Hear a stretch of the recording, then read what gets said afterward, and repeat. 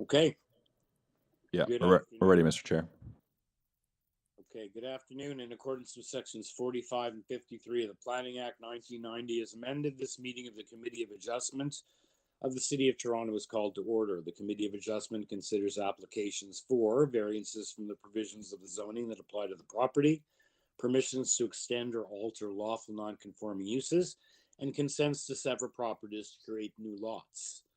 Land acknowledgement. We acknowledge that the land we are meeting on is the traditional territory of many nations, including the Mississaugas of the Credit, the Anishinaabe, the Chippewa, the Haudenosaunee, and the Wendat peoples, and is now home to many diverse First Nation, Inuit, and Métis peoples. We also acknowledge that Toronto is covered by Treaty 13 with the Mississaugas of the Credit.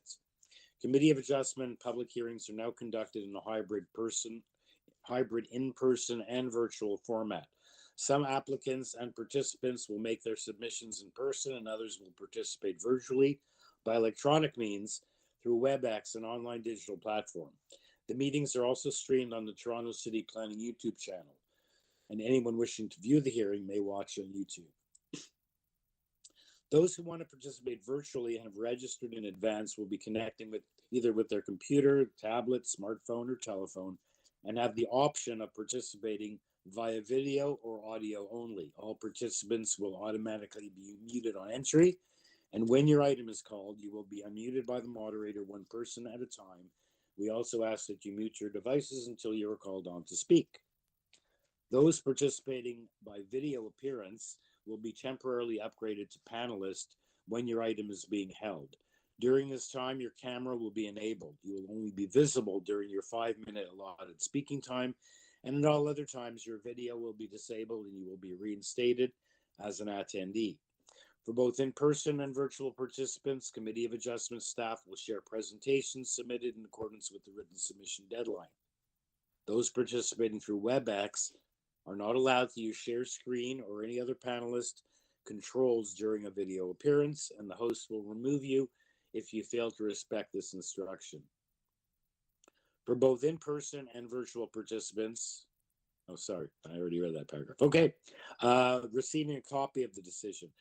People attending in person today who want to receive a copy of the decision of the committee on an application must fill out a decision request card, and those participating virtually need to submit a written request for a decision by email.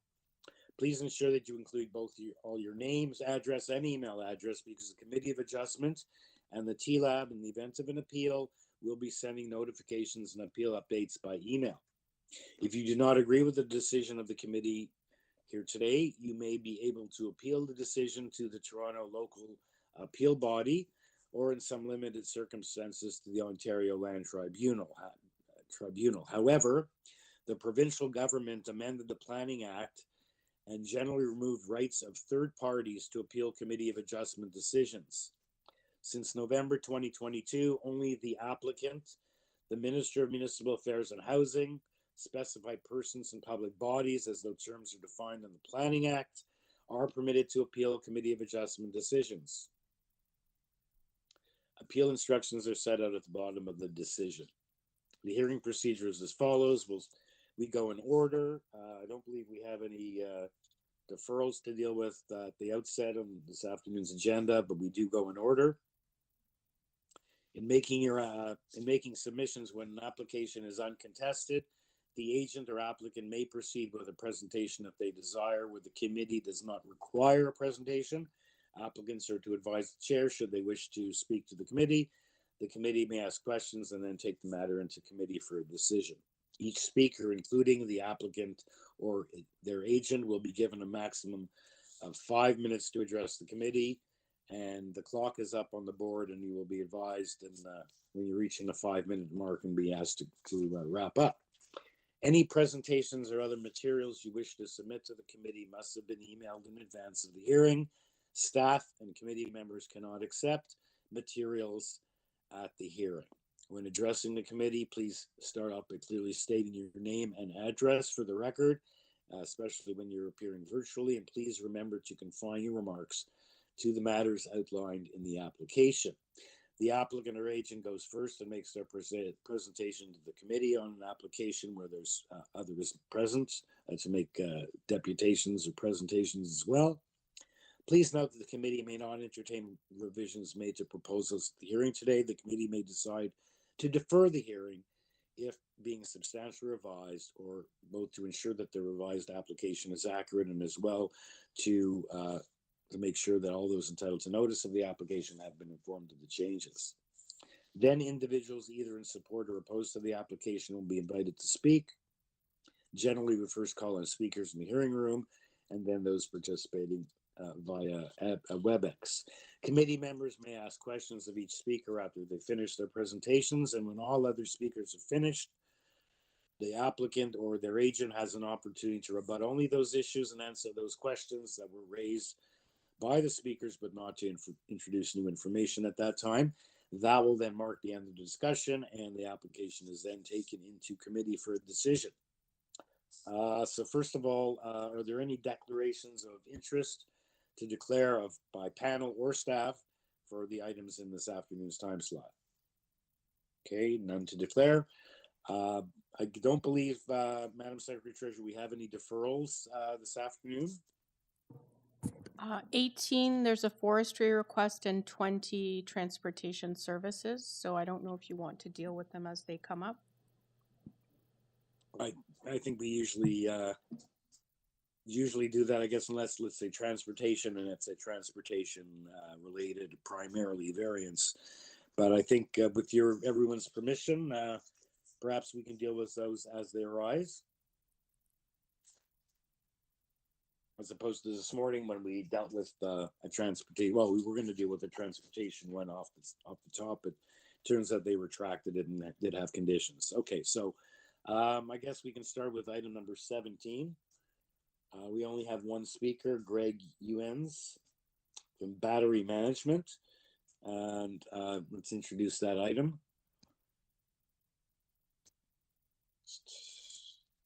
Can't get back to my screen.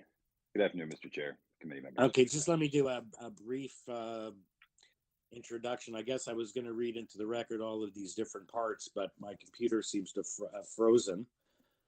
Perhaps, Ms. Bartosik, you want to do the introduction on this? Or perhaps you can do that in your presentation, sir, just the various parts. And this is consent to sever the property. Planning has no objection. They had concerns when it was originally scheduled or circulated in the pre-circulation consent form, but apparently they've advised that they now no longer have issues with the application. So we have recommended conditions from Engineering and Construction Services. On file, we have a previous decision, the bylaw, site plan, agreement and approval information, a cover letter, arborist report, the easement list, heritage easement agreement, presentation materials, the memo from Engineering and Construction Services, an email from planning saying they're okay, together with a preliminary report and an advisory email from Metrolinx. Okay, thank you. My computer just decided it had to reboot. So, okay, the one speaker is Greg Ewens. So perhaps we'll have a short, brief presentation, sir, even though you are the only speaker. Is there anyone present in the room for 1 Blue Goose Street? No one, Mr. Chair. Thank you.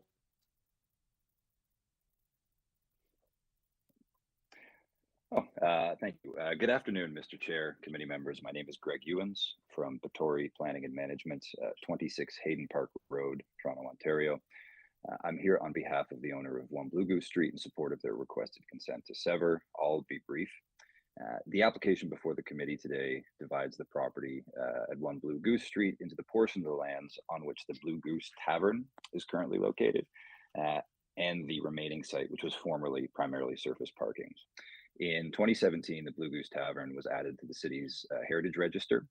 And in 2019, following an application to amend the zoning bylaw, the city council permitted the restoration of the Blue Goose, including reconstruction of the ground floor for restaurant use and a series of rental apartments above. You can see the Blue Goose structure more or less in the hatched green area on the left side of the screen.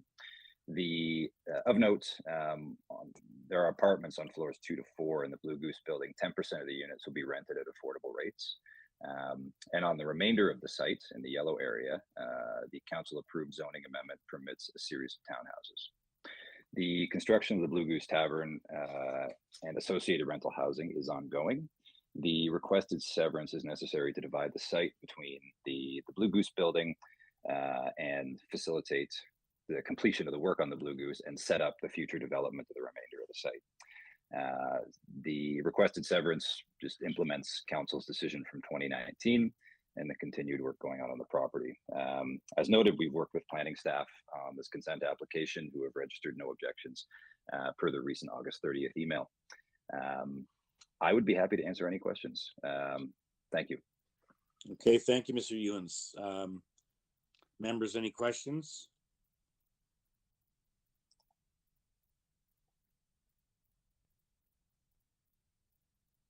Okay, and if there are no questions, is someone ready to weigh in with a motion?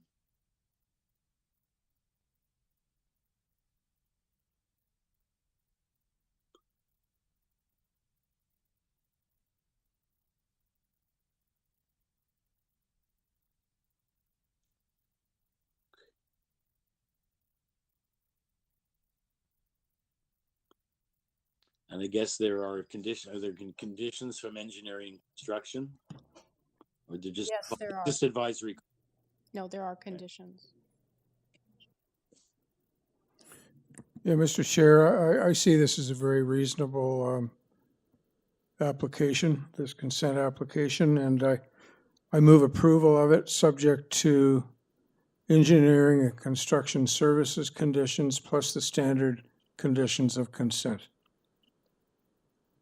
Okay, thank you, sir. Seconder for Mr. Taylor's motion. Mr. Palmer, thank you. All in favor?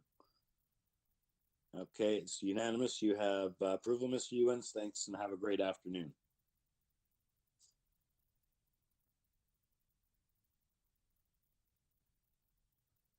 Okay, our next application is item number 18, 94 HEMAN Street. And this is an application for consent to sever the property into 2 undersized residential lots, and the existing dwelling to be demolished and the property to be redeveloped on each of the 2 lots so created as a site of a new detached dwelling with an attached garage, each requiring, how many did I see here? 10 variances, including lot frontage and lot area. We have an applicant's presentation, engineering construction services memo, planning, again, had given pre-circulation consent to scheduling. I don't see anything further. There's a heritage stage, they're requesting a heritage is requesting event of approval that a stage 1 and 2 architectural assessment be conducted. Forestry is looking to defer or consent to injure a city-owned tree. We have a letter of objection, which says actually says conditional support by number 78, and I believe that's all we have. Urban Forestry is looking for conditions 3 and 4. Okay, and the speaker is Franco Romano, agent for the owners.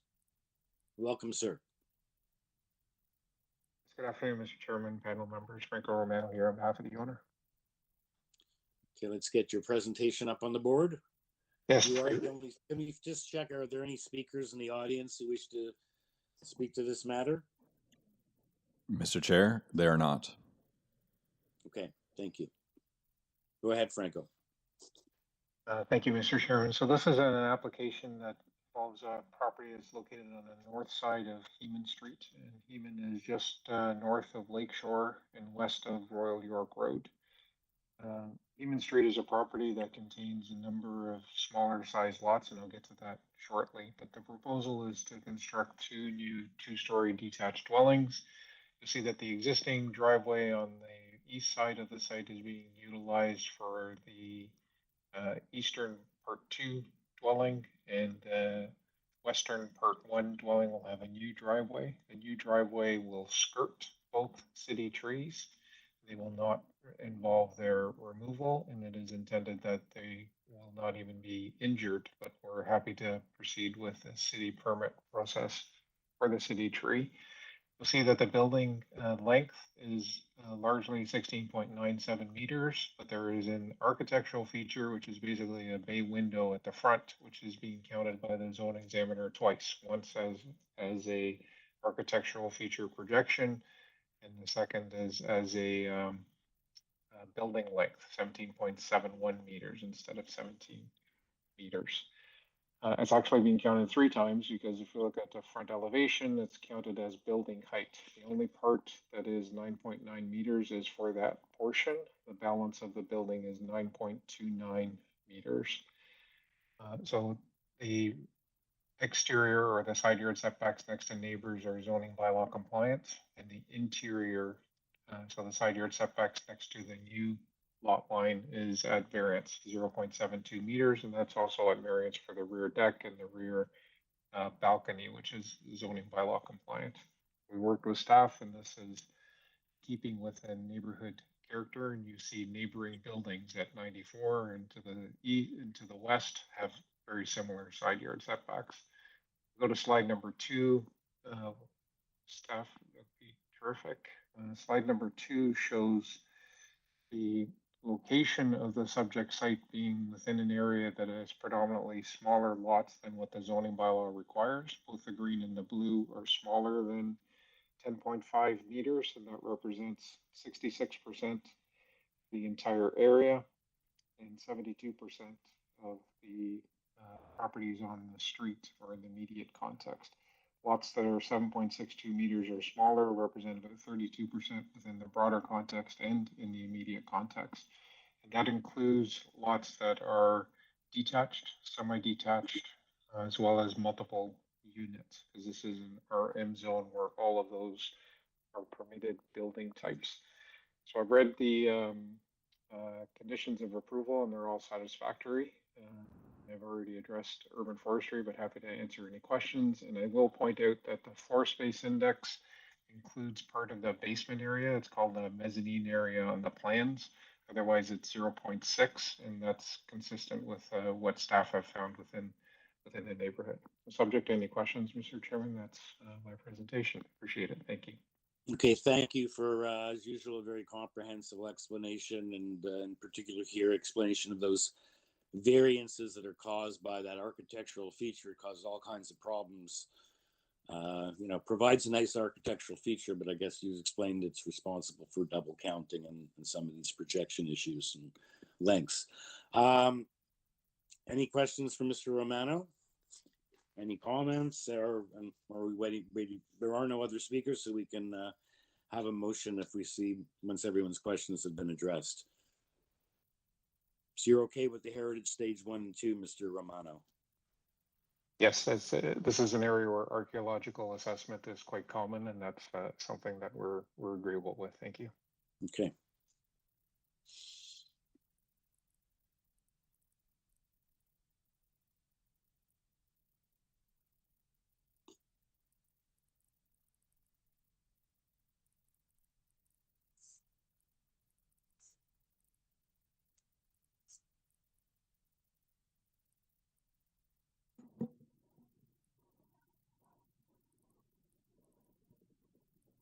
If there's no questions, I'd like to propose a motion. I believe the severance application is appropriate. The minor variances sought meet the 4 tests. I'd like to move approval. I'd like to just also note that the letter of concern relates to the city-owned tree.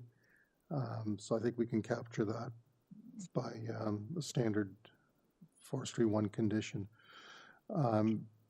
I'd like to move approval subject to the 4 heritage conditions, subject to forestry conditions 1 and 3, and the usual ECS conditions of severance.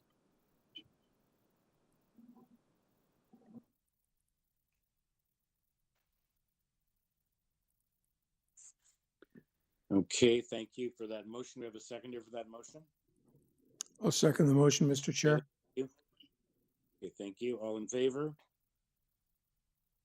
It's unanimous. Thank you, Mr. Romano. Thank you. Kindly enjoy your afternoon. You too. Okay, the next application is similarly an application for consent to sever a property into two undersized lots, and that is 7 ORRELL Avenue. In this case, the existing two existing dwellings will be one existing dwelling on the two sides will be demolished. Property will be redeveloped. It's the site of 2 new detached dwellings with an attached garage, each requiring variances to the zoning bylaw, including area and frontage.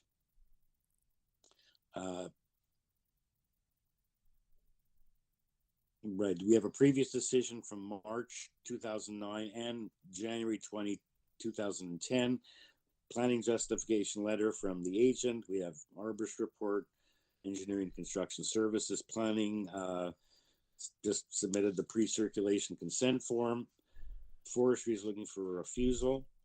And we have letters of opposition from number 9 and number 11 ORRELL. We have another letter in the additional materials from 9 ORRELL with photos, and urban forestry conditions 3 and 5. Okay, and that appears to be all we have. The speaker on this. Mr. Chair, before we do go to the speaker, I just want to bring to your attention that the area resident for 9 ORRELL is present in the council chambers. Okay, that's number 7. Or number, sorry, number 9? Correct. Number 9. We do have. Okay, great. Thank you. Okay, so let's hear from first from Mr. Eagleman. Yes. Good afternoon now, Mr. Chair and Committee. David Eagleman, 900 The East Mall, Suite 300, Senior Planner here on behalf of the owner. And through you, Mr. Chair, considering the concerns from the neighbors as well as from forestry, I would like to provide a presentation. So I will go ahead. Thank you. So through you, Mr. Chair, I have provided a detailed planning justification letter to the committee for your consideration, which does address the proposed consent and all required variances. So for the sake of time, I will narrow the focus on the issues at hand. But on a generalized basis, it is my professional opinion that the proposed consent meets the criteria under Section 5124 of the Planning Act, and the variances do meet the 4 tests under Section 45(1) of the Planning Act, and that this proposal does represent gentle intensification within the neighborhood that is in keeping with the existing character, and does represent good planning. Moreover, as the committee is well aware, there is a need for intensification in housing within the province, and this proposal, again, does represent a form of gentle intensification that is in keeping with the existing character of the neighborhood. The consent itself has also been previously approved. As mentioned, there is a 2009 approval, which is within the committee's package. And the only reason we are back here today in front of the committee for the consent itself is due to the fact that the conditions were not fulfilled within the legislated time frame back in 2009. And as a result, the previous approval had lapsed. So regarding the application as a whole, we have consulted extensively with community planning staff and have made a number of revisions to the proposal, which are to their satisfaction. As per their report issued for these applications, they have no concerns or objections. I have also reviewed the report from ECS and Transportation Services and note that they have expressed no objections to the application, subject to the recommended conditions, which we find all to be acceptable. I have also reviewed the report from Urban Forestry, and I respectfully disagree with their recommendations and recommend to the committee that the applications instead be approved, subject to the standard forestry condition number 3.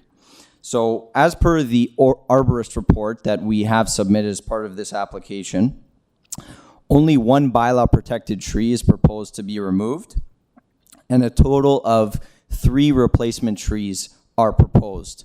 2 replacement trees are proposed to be provided on site, and one replacement tree is proposed to be provided through cash in lieu. So as a result, the proposal will ultimately result in a net increase to the urban tree canopy here.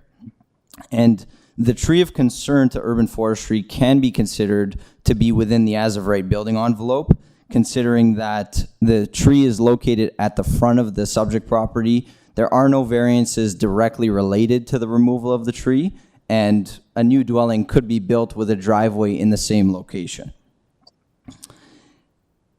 Planning is a balance of various different objectives and interests, and considering the proposal will result in a subtle form of intensification that is in keeping with the existing character, while also resulting in a net increase to the urban tree canopy, demonstrates that this proposal does represent good planning. Lastly, I will note that regardless of everything I've just mentioned, a permit from urban forestry will be required for any tree injuries or removals, and regardless of any conditions that are imposed on these applications, should the committee choose to approve, we will have to deal with urban forestry. So just for the sake of time and considering I'm running out of time, I will note that the proposed FSI variances, again, are very much in keeping with the neighborhood, as I've detailed in my letter. And I'm of the opinion that this proposal fits in with both the existing and planned context for the neighborhood, is consistent with the redevelopment trends along ORRELL Avenue and throughout the broader neighborhood. And for these reasons, I submit that this proposal represents good planning and meets the criteria for consent under Section 5124, as well as the four-part test under Section 45.1 of the Planning Act. I am happy to answer any questions. Thank you. Okay, thank you, Mr. Eelman, for a good presentation, and particularly dealing with the issue of the tree and the 3-for-1 issue. What did you said something that planning is a balance of? I was going to jot it down, and I was listening to the next thing. It was very good what you said. Just generally speaking, you back halfway through your speech, you said planning is a balance. Yes, through you, Mr. Chair. I was saying that planning is a balance of different objectives and interests, and the fact that this proposal will result in both an increase to the urban tree canopy as well as a new dwelling within the neighborhood to provide the much needed housing that the committee is well aware is needed throughout the province. It represents that this proposal is ultimately good planning and is a good application. Okay, thank you. I just wanted to point out that I think that maxim is a very, very valid for what we do on a daily basis at this committee, balancing different objectives and interests in meeting the city's objectives and OP and meeting the 4 tests. That's what we're doing here. So it's just I just wanted to point that out. Any questions for Mr. Eagleman? If not, we'll go to we do have someone else in the room to speak to this matter.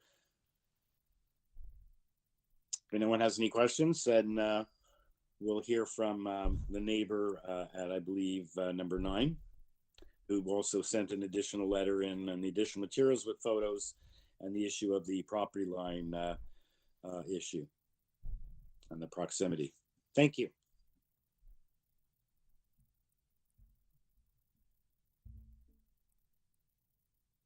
Okay. Good afternoon. Thank you. Is it on now? Got it. Yep. Okay, thank you. Thanks for the opportunity to address the committee. My name's Dave Lazzarato. I'm here with my wife, Lori Laparco, and we have lived at 9 ORRELL Avenue since the spring of 2016. We sent 2 letters in, one on September 6th and one on September 8th. I know you have both of those, so thanks for considering our concerns. I won't address everything in our letters, but hit on the highlights and the issues we think are the most important. First is the 4 variances requested. Understand it, got it. 3 of them are what I would call fairly minor and immaterial, if I can use that expression. The 4th, the one that talks about allowing a larger home than the existing bylaw, is asking for a variance to the existing bylaw of the size about 38% larger than what I understand is in the current bylaw. At 0.5 times the area of the lot is what's allowed, and they're asking for 0.69 times. I don't know historically what the committee has determined to be material or significant. To me, that just sounds like a lot. And as I look at some of the other houses in the area, when they are, if I can use the expression, overbuilt for the lot size, I don't think it ends up being in keeping with the character of the neighborhood. Another issue is, since, and our neighbors' submission to the committee, folks from 11 ORRELL have raised this because they have the history, we don't, is since the homes further east on the street the lots were split and 4 houses, I believe, put on 2 lots, the rain, runoff, drainage, flooding on the street has gotten significantly, noticeably worse, including the rain we had just a few days ago.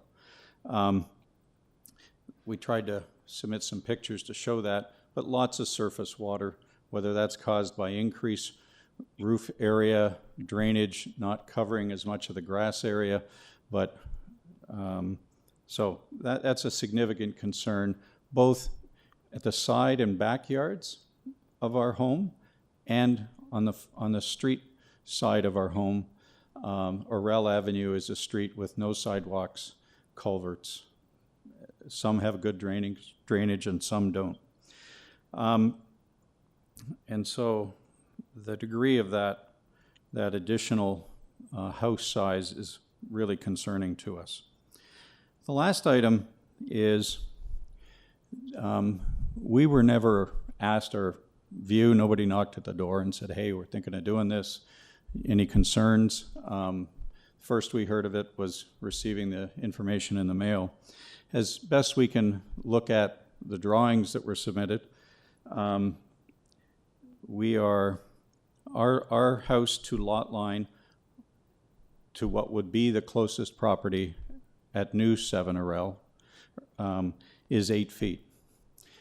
What they're proposing from their lot line, their shared lot line, to the side of the first new home is 3 feet. It appears, as we read the plan, that on the other side, on the east side of that building, they're allowing for more clearance, 4 feet, a little more than 4 feet.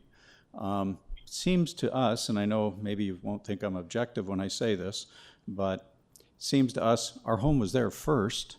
Shouldn't we have a little bit of elbow room on that side of the house that's not just our property, but the new property as well?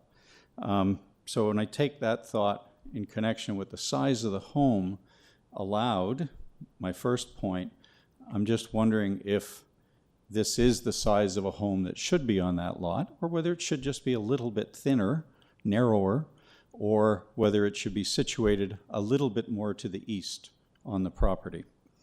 Those are our primary concerns, and I'm certainly happy to take any questions. Thank you, sir. So your building, I'm looking at the survey here, I think it's number 9, existing Right. 2-story brick and stone. So you're giving a more generous or the required, you give 8 feet on your side, I guess? And Yeah, like to see a total of 60 when this feet? when this home was built before we owned it, Yes. that owner decided to put 8 feet on the one side, and I believe it's 6 feet on the west side that borders number 11. Okay. And it's not like it's to accommodate mutual, there's no mutual drives on these properties or anything. That's why there was slightly more on one side than the other. It just, yours was 8 to 6 and this one was whatever it is. Right. And now they're speaking to only give 3 feet on your side, and that's why you're here. Right. Plus the massing of that. That's right. Okay, I understand. Okay, let's see if any of the other members have any questions for you. And if not, we'll go back to Mr. Eagleman and have him respond to what you've had to say. Okay, any questions for the speaker, Mr. Lizarato? Yeah, Mr. Chair, Lizarato? Not a question, maybe just a comment to Dave here. Sir, our principal consideration on this, at this table is comparing what's proposed with what's allowed in the zoning bylaw. Mm-hmm. And what's allowed in the zoning bylaw is called as of right. So when we look at these variances, we have to assess the extent to which we believe, if at all, these variances are not minor or have a negative impact on the community.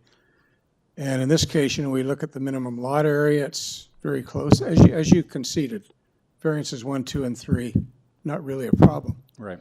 You raised an issue, and certainly on a numerical basis, variance 4, 38% larger than permitted.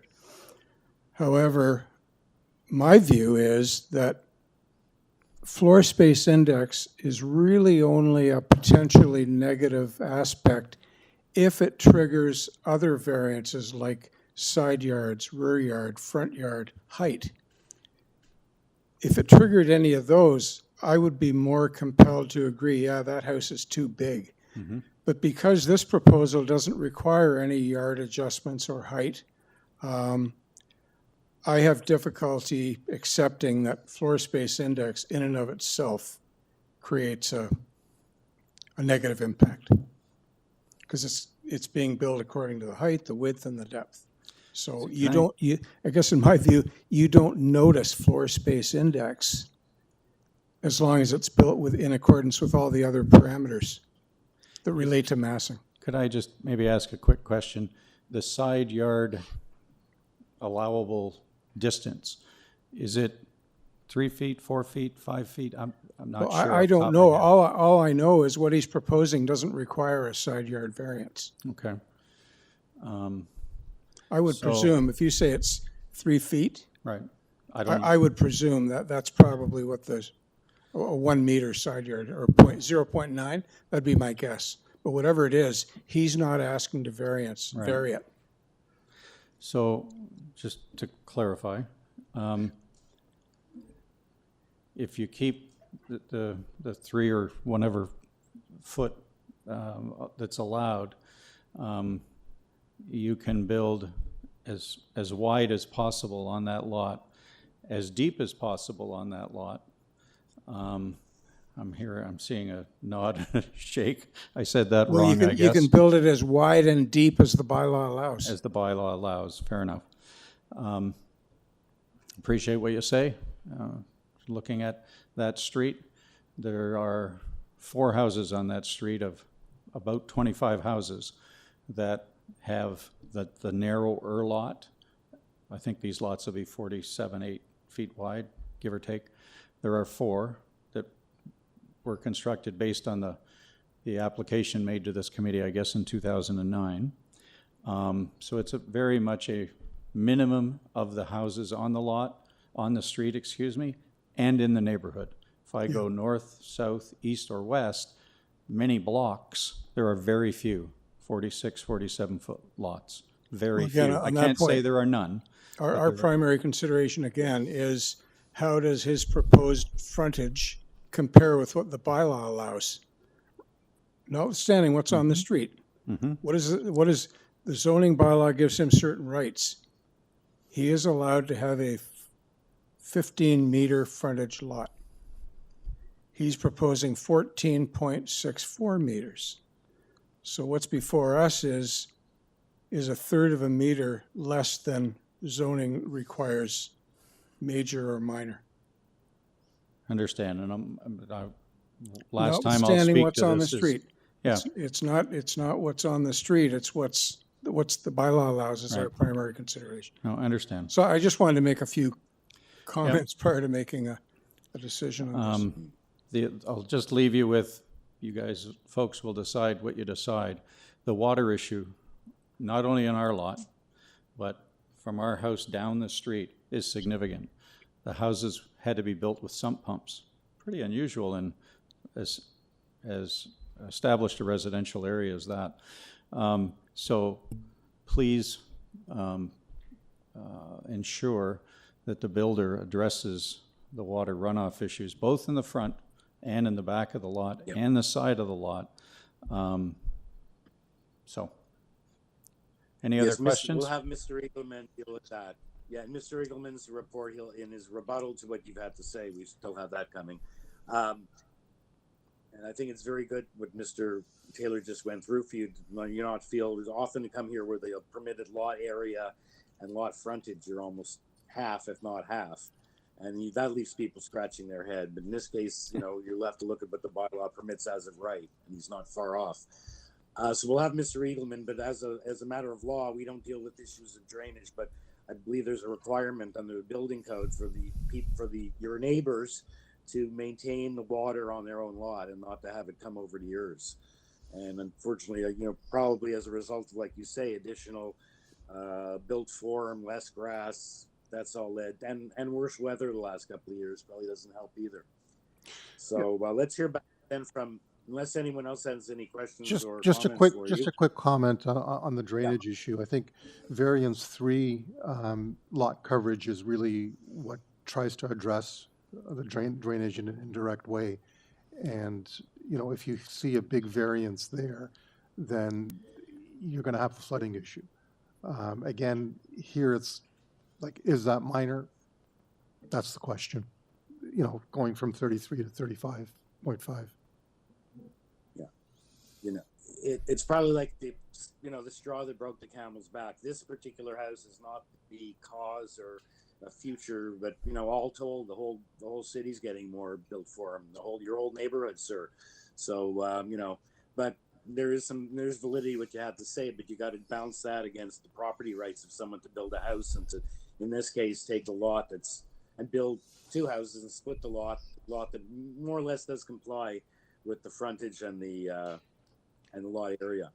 Okay, so let's go back. If that's all no one else had any comments for the speaker. Let's let Mr. Eagleman go back up and just reiterate, you know, what his response to the concerns of the neighbor. But I think it's very good what Mr. Taylor went through for the neighbor, for anyone else watching. Yes, thank you, Mr. Chair. Through you, Mr. Chair, I appreciate Mr. Lazzarado's comments, as well as Member Taylor and Mr. Komorik's comments about the drainage and the side yard setback. I would reiterate those comments that the proposal is compliant with the side yard, so the setbacks are not in front of the committee today. As far as drainage concerns, as you said, Mr. Chair, those issues are dealt with through the building permit process, and I will note I have seen a grading plan that was prepared for the subject property. It hasn't been submitted to the committee at this time, considering it is sort of irrelevant to the committee process, but the grading plan does demonstrate that the drainage flow is intended to be directed towards the front and rear of the subject property. And the coverage, in my opinion, is quite minor, and the fact that the proposals are compliant with all landscaping, both soft and landscaping requirements, does demonstrate that enough landscaped open space and soft landscaping will be provided on both new lots to provide for stormwater infiltration. Regarding the fact that Mr. Lazzarato was not made aware of the application or consulted with by the owner is here today. He has confirmed to me that he did approach the neighbor at Mr. Lazzarato at his home, and unfortunately they were unable to connect.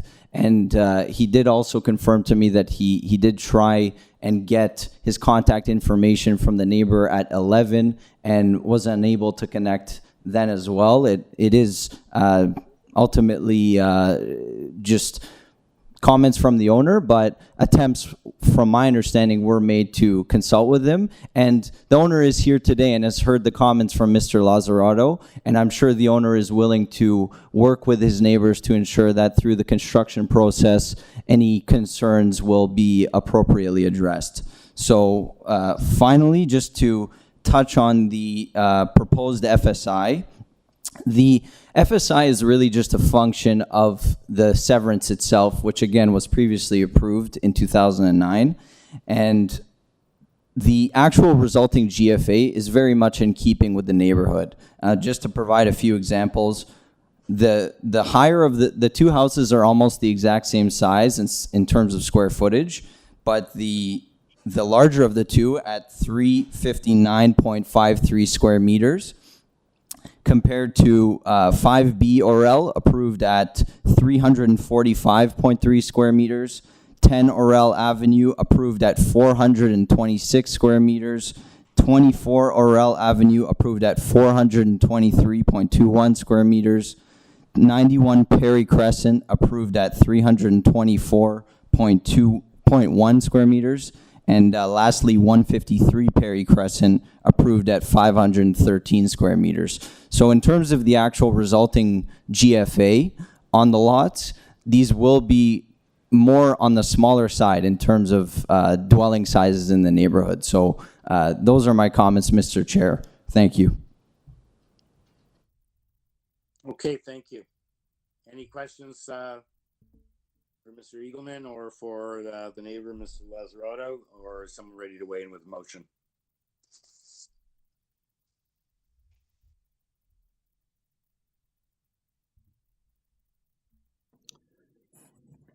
Yes, Mr. Chair. First of all, with respect to the consent, I'm quite satisfied that the proposed lots, the frontages, the areas, those two dimensions that give fit to a neighborhood are quite appropriate in this context. As a matter of fact, as I alluded to in my earlier remarks, the proposed frontage and area are very, very close to what the zoning bylaw allows.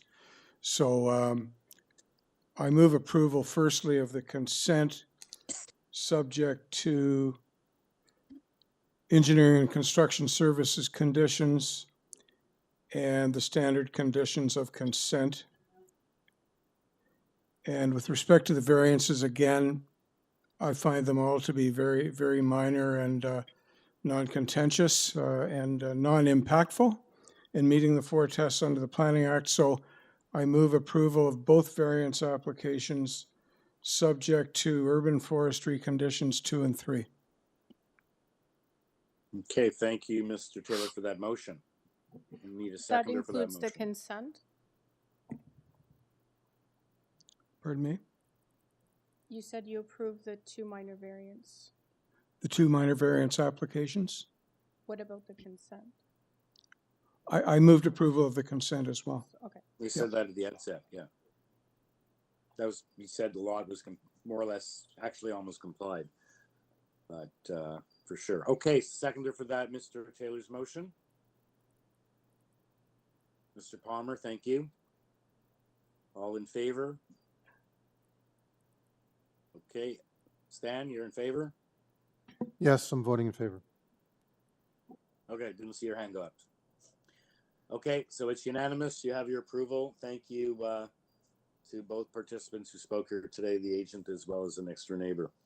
Okay, our next 2 applications, I think they were sort of heard together when they were up for deferral. The rest of the afternoon, we're doing deferred matters. These matters, 155 Lakeshore, item 20, and item 21, 765 Browns Line, were both deferred to post signs on the properties. Both applications to add units. In the first case of number 20 on Lakeshore, it's to add one additional, to convert a storage space into one additional dwelling unit for a total of 33 dwelling units with 6 variances. And in 21, it's to legalize and maintain 2 additional dwelling units in the existing building with a total of 26 units proposed. So we can hear those together. In both cases, we have materials from the previous hearing, cover letter, revised site plan for transportation. Planning has advised that their previous planning report and recommendations stand, which I couldn't quite find, but I'm advised we're going to have it on the board, and there are some just conditions about an LC. That was from June 14, 2023. I guess that's, oh yeah, and the additional materials, we have the applicant's presentation, and good segue to introduce the agent, Josie Tavares, who is the agent on both applications. Mr. believe. Chair, before we go there, can we just clarify, is transportation still asking for a deferral on item 20? Good. Yes, let's find out that. And we also, just to say, we have Josie Tavares as well as we have a speaker from 22 Baskerville also appearing by WebEx, and perhaps there's someone in the room or not.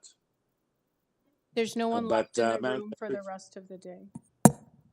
Okay, so what is the story on the, is there a transportation deferral request on this? On number 20? Mr. Kamerick is... Mr. Chair, we're trying to bring it up on the screen for everyone's review. Okay, so their memo is dated September 7th, 2023. It's quite extensive, actually. It's 4 okay, and that's pages. on... So if you look at the commentary on the second page, there's quite a bit of discussion there. Yeah, so they're asking for deferral to get a couple of items addressed. Mr. Chair, I want to bring to your attention that the agent has asked to be on video for their presentation. So I want to let Josie Tavares know that they are panelists now, so they can go ahead and start their video if they'd like. And I'll go ahead and get ready to unmute. Okay, yes. Everyone see me? Yes, welcome. Perfect, thank you. So I guess you've been listening into my introduction, and Mr. Kamerick, I see that it looks like in my notes it says that they have conditions of approval, not that they're asking for a deferral, but can you perhaps shed some light on? They're asking for the deferral so that they can do, so that revisions can be made, and those are the 4 points are the revisions that they want. Okay, let's Josie respond to that. Yeah, if I can just, I have 2 presentations, one for each property. My hope is to kind of go through everything and provide clarity on some of these, and hope that we can kind of come to a solution. And, I think that these can, if absolutely necessary, can just be conditions that transportation and myself can work towards instead of, taking up any more time from the committee. So if I can just present, I'm hoping to address them, and then we can obviously discuss that afterwards. Everyone, how does that sound? Sounds reasonable? So the only thing I'll comment, and I've advised the applicant, is these aren't necessarily conditions. They're asking for clarification or to satisfy them further.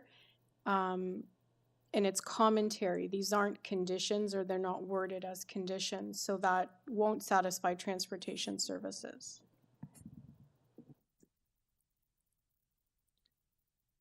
All right, well, let me just present, and maybe let's just see how things go from there. Does that sound fair? Yes, it's your wish is how you want to proceed. Yeah, I think let's do that. So I think that you have, I don't think I'm able to control it. Yep, perfect. Your presentation, yeah. All right. So good afternoon, committee members.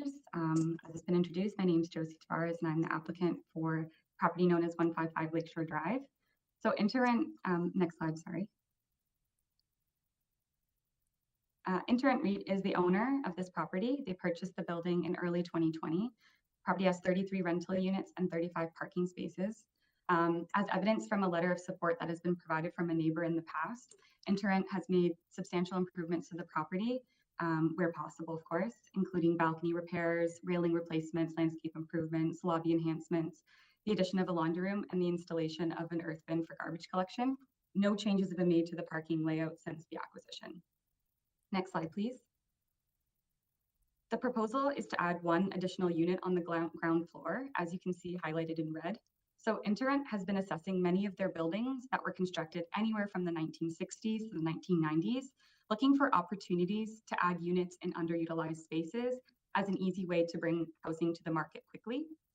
As we all know, we are in a housing crisis, and this is a really simple way to align with provincial directions to bring more housing to the market while not having much of an impact on the surrounding community.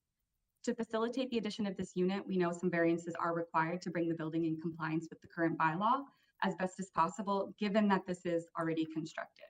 So when it was constructed initially in the 1960s, it had a whole separate set of zoning provisions to comply with at that time. Next slide, please. For the first variance, we're just seeking an increase to the permitted FSI, which is an increase of 0.19. We feel this building has been well socialized into the neighborhood, and the increase of 0.19 is negligible. The height and building footprint will remain completely unchanged. Next slide, please. Variance 2 seeks to reduce the required accessible parking spaces. Initially, we proposed 1 accessibility space. The property had 0 when InterRent originally purchased it. There is very limited space on the property and many large trees that we feel are important to protect. I've since reviewed with the ownership group, and without changing the parking layout, we found 2 spaces that had room to add a 1.5 meter access aisle, as you can see circled in red. And the reason that we've chosen to keep this variance, even though we are now adding the required amount, which is 2, is because transportation has requested some conditions, one of being turning templates. They want to see turning templates as one of the conditions. The parking layout, to our knowledge, has existed this way for a very long time, certainly before InterRent has purchased the building, and is a legal non-complying condition. InterRent purchased this property with both tenants living in the building and parking in these spaces. And as a team, we are really just trying to impact them as little as possible in the process. If I'm going to be truthful, we're uncertain what the turning templates will reveal, and this property has been functioning to date without issue. We are prepared to offer both accessibility spaces, but ask that committee waive the transportation conditions there, as they're limited to no options for parking reconfiguration, and there are residents parking in these spaces. If we can't get those waived, we'll likely have to remove the 1 added accessibility space beside the garbage there, and several other potentially maybe resident parking spaces too, which is why we left this variance on there. Next slide, please. With respect to the type G loading space, when this building was constructed, it didn't have one. It's been functioning fine without one for many years. The requirement was triggered by the building permit for the additional unit, and the primary uses that we have for the loading space would be garbage collection and move-ins and outs. So InterRent's added an earth bin, and the garbage collection is carried out as shown with the red arrow. So the garbage truck pulls straight in and backs out. And additionally, because this is an apartment unit or apartment building with smaller units, move-ins and move-outs don't tend to bring large moving trucks. So given that the property has been functioning without the type G loading space, without issue when it had 33 units, increasing to 34, we don't feel will have a huge impact. Next slide, please. And this is just an illustration of the garbage condition so you can see. Next slide, please. For variances 4, 5, and 6, it's for the amenity area. We know that there is no true amenity in here, but InterRent has looked to add some where they can, so that lobby, there's a laundry room that we worked with the planning for, and there's lots of public space nearby. Next slide, please. And for the transportation comments, so one of the comments noted that we didn't comply with the accessibility space. We actually do. It's just a drafting error. The 1 was covered on the line, so you can see we meet there. And that we would really just kindly ask that the committee waive these. Properties existed for many years without issue. Parking layout has not changed to our knowledge. And we have residents parking in these spaces, so we really don't want to lose any if possible. So we really ask that that be considered. Thank you.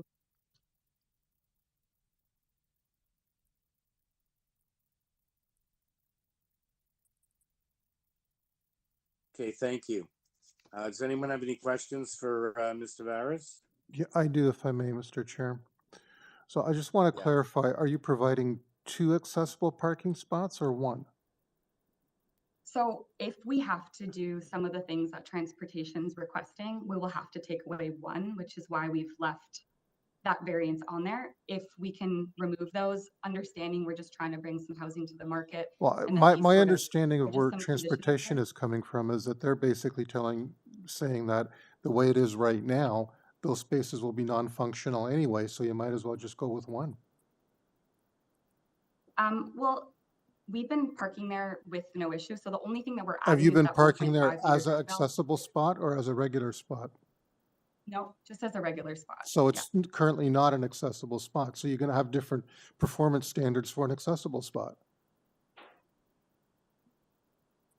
Well, we are adding that 1.5 meter drive aisle, which should address that. And then the turning would be what it is right now, right? So we probably know it's not going to meet it, but we really would like to add it as, you know, this is what we're trying to do to make it better. You know, there are existing conditions and we really do try our best. But, you know, the property has been functioning that way for many, many, many years. Okay, is the And while I recognize it's tough. Sorry. is the accessible space for tenants or for visitors? It would be for tenants. There's no visitor parking at this site. Do you currently have any tenants that require an accessible space? We do not right now, but we are more than willing to offer if needed. It's just a compliance issue with zoning, right? No, I understand, but I'm also trying to look at it from a practicality perspective, because accessible space takes up more space and gives other constraints to the regular spots. So just wanted to take that into consideration. Thanks. Okay, thank you, Mr. Commander. I have your answer. Okay, I'm going to make a comment before and see if anyone else has any questions of a picayune nature on this. Here we have the city is trying to increase units, and I've had this rant at another time when the committee turned down and landlord who wanted to add 1 unit in this ground floor storage unit because the members thought we're basically thinking like they're acting under the Landlord and Tenant Board and not the Planning Act, and the fact that people had other options. So here's a professional landlord seeking, as Ms. Tremar said at the outset, to look at this dire crisis we're in, to add it where they can from buildings in the 60s and 90s, additional units, storage units, laundry rooms, whatever. And here is the city trying to put them through from going from a total of 59 units, 56 units to 59 by little basement units here. And they're going to make them run through all these hoops like, oh, suddenly we want to see all your parking and this. So come on, guys. This is the city should get the memo that the transportation department in this case. I understand there's also planning conditions, which you're okay with, I guess, little C's or whatever. You know, they're adding 3 units. We're in a crisis. So let's go and have the transportation department make them go through hoops that may make this whole thing uneconomic and they don't proceed with it. So let's get our priorities straight. Sorry about the rant. Okay, so any other questions or someone ready for a motion here? Mr. Chair, there's an area resident that wants to speak to this item. Oh, right, sorry. Oh, we do? Okay, I wasn't aware we had, oh yes, Barb Payne, sorry. We do have another speaker on this matter. But I think, you know, someone didn't get the memo at the city that we're trying to add units here. We're in a crisis where small units can be. The Greenbelt ain't going to help. You're not building Greenbelt units in the next month. They have to bring sewers and electricity. Mr. Chair, different divisions still have their responsibilities, and Transportation Services has reviewed this multiple times, and they continue to have concerns that you can't diminish their concerns and not say it's important to have accessible parking spaces. Accessibility is a big thing for the city as well. So you can't say one trumps the other. Right, but I think then you're right. The department doesn't have to back down because they have their narrow focus. But then I'm saying this committee, myself and the other members, that's up to us to, you know, go through the chafe and see what's the objective here. That's all I'm saying. So you're right. I apologize to the transportation. They have their blinders on. They have to do their job. And it's up to this committee to balance, as Mr. Eagleman said earlier today, planning is a balancing of different objectives and interests. So that's all I had to say. That, like, let's get on with things. They're adding 3 units here. We're in a crisis. It's not 3 units out of 6 units. It's 1 unit, Mike. We're talking 1 unit. Yes, exactly. 1 unit and 2 on the other. Okay. So let's hear from Barb Payne. One moment, Mr. Chair, while I take Josie off and move and unmute Barb. One moment. Okay.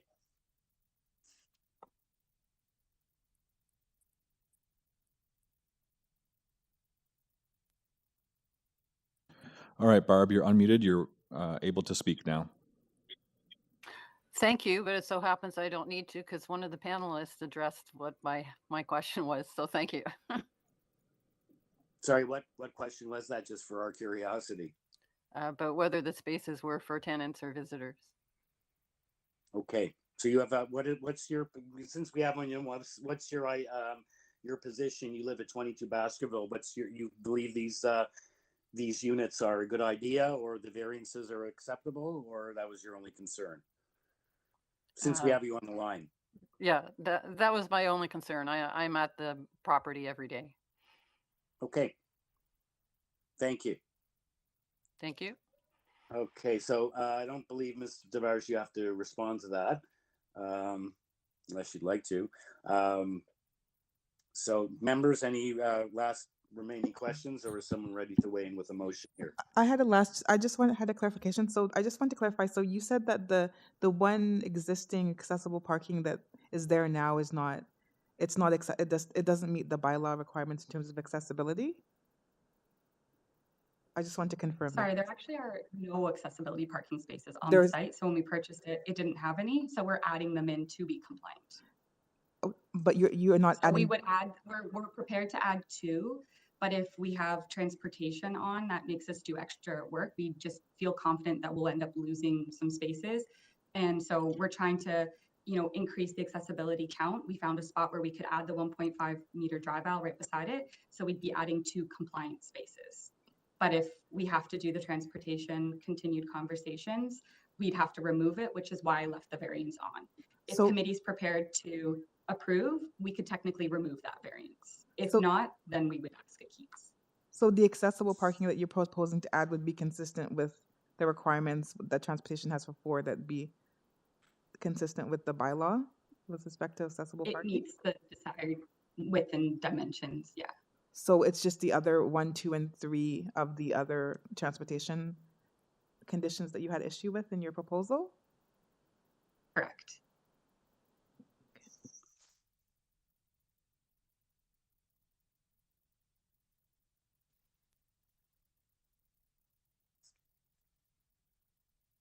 Anyone have any other questions, or is someone ready for a motion? Or motions, we have 2 applications, right? Are we dealing with these jointly, or are we dealing with one at a time? Because The in my mind, presentation was only for 155 Lakeshore. because in my mind, we're only dealing with 155 right now. I thought we can have 2 motions, but we had the presentation on both. They're the identical presentations, I believe, or No, but there are different They're similar transportation as far as- concerns on the 2.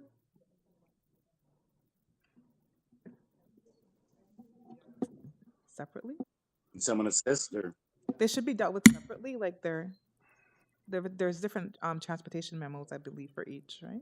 Yes, any of the presentation materials and what the agent presented only referenced 155 Lakeshore Drive. She has not presented yet for Brown's Line. Okay. So again, we're talking with the one unit here, right? For 33, 1 additional unit. So we can have a motion on that. Okay, I'm confused. Are we deleting variances, changing variances? Or She variance has number not 2? deleted any variances. So variance number 2, we're still just providing 1 accessible parking spot. Is that correct? That's part of her application, yes. Okay, I was confused.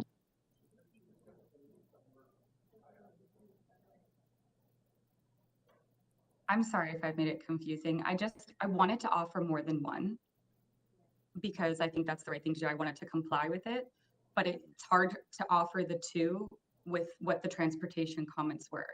And it's hard for me to know, I guess, what the committee's mind would be, but I wanted them to know if the motion is prepared to accept and approve these variances, I would like to offer the 2 spaces. But and we can delete variance number 2. I just have a You comment. have to tell the committee what you're asking for. You can't be vague. Yeah, fair enough. So I will keep it because I can't read mine. So please keep variance number 2. So the application stays as presented before you today with the 1 deficiency for the accessible parking space.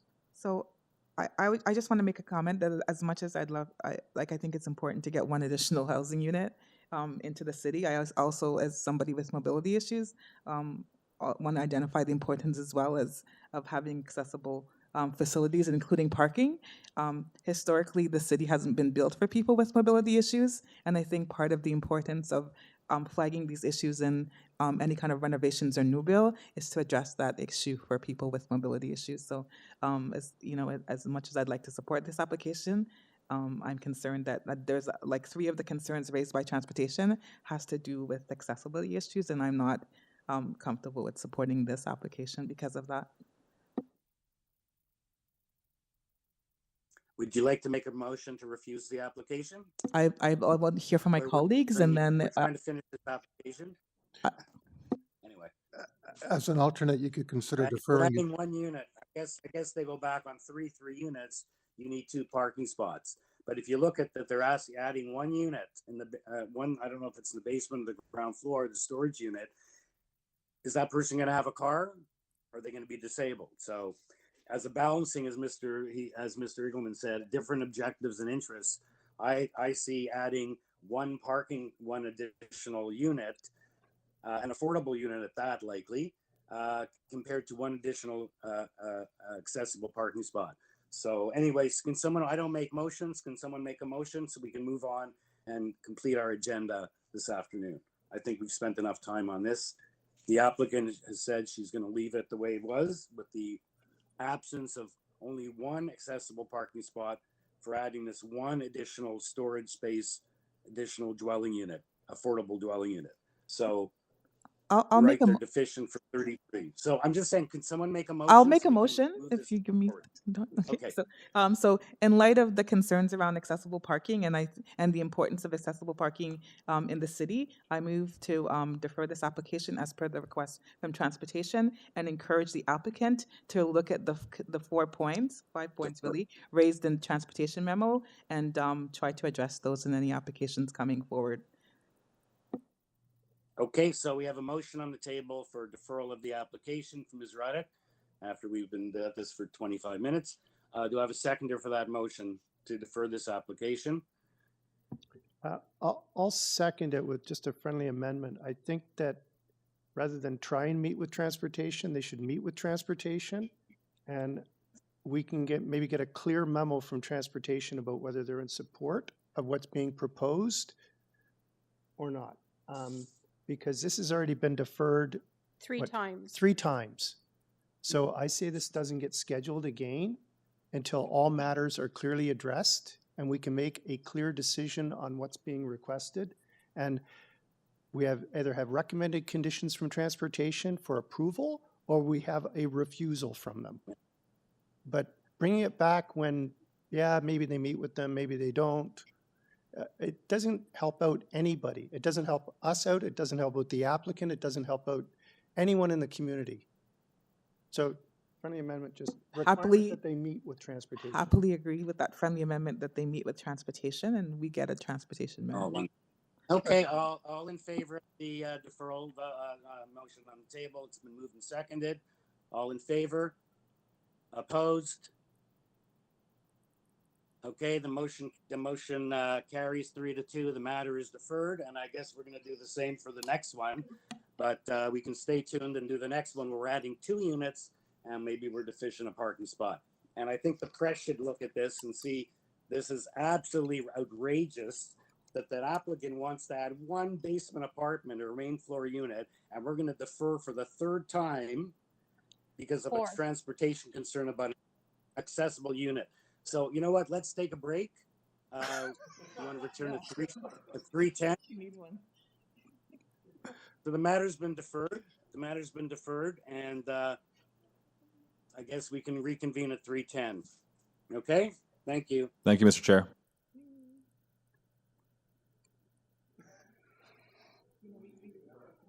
We flagged at the beginning that there were matters for deferral, and he said we were going to deal with it as we went through it. Because he did it to me before. He did it to me before when I waited, and said we will wait, and I waited because he said that at the beginning. And so from my recollection, this one here, they've addressed the concerns of transportation, I think. And in this next one on Brown's Line. In the one, yeah, that's how I want to deal with them separately. Yeah. Yeah, we probably should. Yeah. I'm sure too.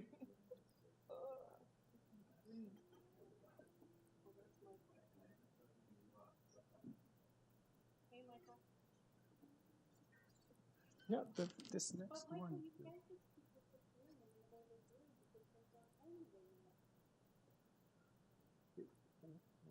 Conditions for transportation.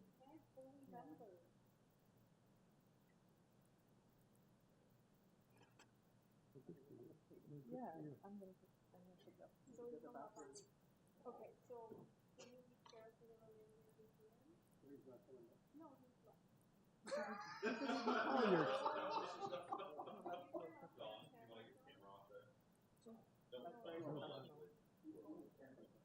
Okay, the next one has a clear direction from transportation. Oh, and Neil, sorry, Neil, your mic's on.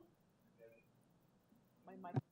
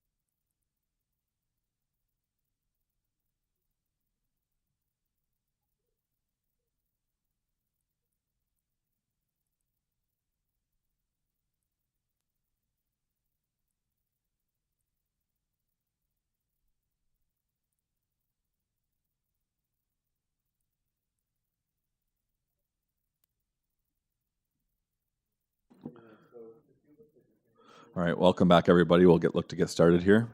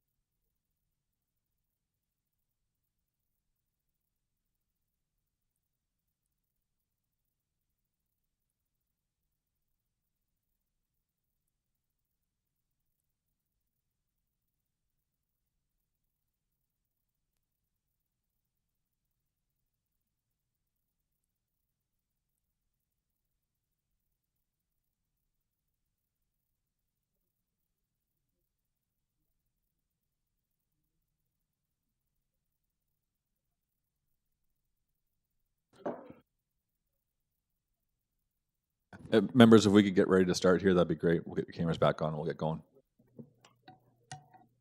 Hi, everyone participating in the hearing today. Our chair has left the meeting, so Stan Kumorik will assume the role of the chair for the remainder of the meeting. Mr. Chair and members, I'd like to bring to your attention Josie's asked to be on screen for her presentation, so I'm going to go ahead and make them a panelist now. Josie, you're now a panelist, so you'll be able to turn your video on, and I'll look to unmute you. Actually, you are already unmuted. Perfect. Thank you so much. Josie, welcome back. It's me again. Thank you. So item 21, 765 Browns Line, application to legalize and maintain 2 additional units within the existing building, a total of 26 units to be provided. We have a total of 8 variances. Planning is requesting condition related to letter of credit for landscaping. Transportation is requesting 3 conditions, which we find actually questionable. So we'll have a discussion on that. This one, I'm assuming, is a little bit different from the previous one in that the 2 units already exist. Is that correct? That's correct. Okay, great. So I don't think we need to do a full presentation. I think we have a good idea of what's going on here. What we're not sure is the details. So perhaps we can try to clarify some of that. Again, there's a need or a requirement for 2 accessible parking spaces. You're prepared to do 1. You're staying with that? You're not looking to change any of that, I'm assuming? I mean, if adding the second one in somehow gets this approved, I mean, I'd be willing to do so. It's going to be a resident parking space, and it might be a resident maybe that doesn't necessarily need it, but I am more than happy to offer it. We really just want to get these units into the market. So Okay. I'm happy to take the path of least resistance. And had I known in the previous one that, you know, removing variance 2 potentially could have just maybe moved things along, I'm not sure it would have because of the confusion from transportation, quite frankly. And I think we still have some confusion here as well. Can you elaborate to us what conversations you've had with transportation, and can you summarize from your perspective what you feel their concern is? Yeah, I mean, in this particular application, I didn't necessarily feel that they had too many concerns. It was just the zoning waiver that they wanted. We had zoning review it as part of our building permit. We haven't had a recent review, but we had that completed and didn't feel that necessarily anything had changed from that time to now. Because your parking plan hadn't changed I'm from the happy to original. sign off. Yeah, I'm happy to sign off on a waiver here for the zoning, so we can do that if that's a condition. That's really all that it is here. Happy to accept it. I mean, if that's acceptable to the committee.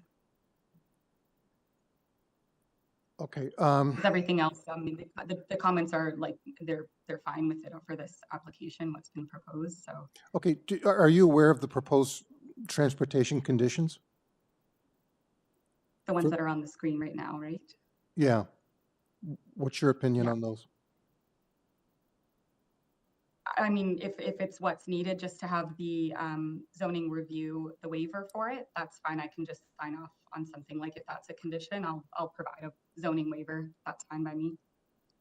Okay, we're just a little bit concerned in that one of the transportation conditions is very open-ended. It is. I mean, if you're willing to waive it, I'd accept it so that there's greater certainty, but I Okay. leave that to the committee to decide. If I can, Please. it looks like a revised site plan was submitted to specifically address variance 2, which is accessible parking space width. Is that correct? So it had previously complied. The way that sometimes they get drawn is that you have the space and then there's a hatched area, which is the 1.5 meter aisle, access aisle. In the previous committee meeting, they'd asked that we just remove the hatch area and make it one whole space, which is what we did. Okay, but I think what might have happened is you revised it to maybe eliminate that variance, which is admirable. But I think the concern is without a zoning waiver, that may have triggered other zoning issues such as aisle width or something like that. So I think it's great that you address the width of the accessible parking space, because I don't think that's something really we should be varying. It's a requirement. So it may be in your interest to defer this, to meet with transportation, to try and figure out what you can address and what other variances may be required for a future hearing. That's sort of the way I read it. Maybe I'm wrong. I mean, it was certainly my understanding that we have encompassed them and you know, that's what we're here for, and we just sort of addressed it, but I didn't necessarily read it. Yeah, I didn't necessarily read it as there being an issue, but it's our risk, I guess, right? So I think we can just leave it as it being open and like just, you know what, let's just prove it if that's the direction that council or committee wishes, and if there are more variances that come out of this, that would be for us to come back at a later date. So you're willing to accept the condition as it is? If it gets this approved, I do think that we encompass everything. That's my understanding. Okay, yeah, we're just trying to break out of this chicken or egg situation that we're in right now. It does seem like we're in one, doesn't it? Yeah. Sorry. I mean, I know zoning reviewed it through our building permit, so that's the only thing that changed was that hatched area was just one whole space. That's why I'm really confused. I'm uncomfortable approving variance 2 for the parking space width, for the accessible parking space width. I think it should be what it should be. You shouldn't be varying that by 1.5 meters. No, it meets the requirement, sorry. Okay. 3.9, as you'll see in the okay, so presentation. We need it. Remove variance 2, we can have a discussion, I guess. Yeah, that was my plan. If you see in the presentation, I had asked that it would be reviewed, but I guess fair enough, we didn't do it. I crossed it out because we do meet the required width. I completely agree. We should be meeting the requirement for an accessibility parking space.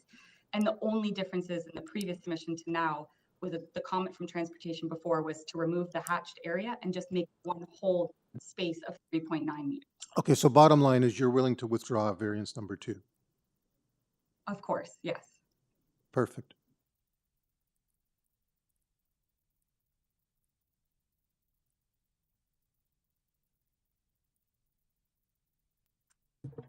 There's still only one accessible parking space. I will add 2. If you make it a condition, if we can put one on right now, I will add 2 right in front of it.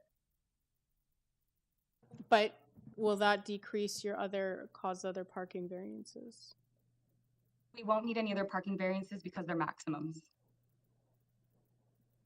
So you have the minimum? It's a maximum, so there's no, like, as long as we don't over the maximum amount, which we're not, we're good. I had checked with zoning as well when they reviewed it through the building permit. So you are officially withdrawing variances number 2 for the width of an accessible parking space, as well as variance number 5, you will be providing 2 accessible parking spaces. Is that correct? Yes. Thank Yes. you.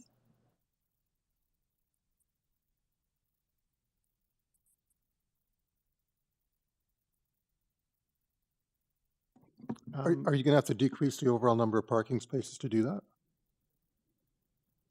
I'm going to, if you go to the application presentation there, please.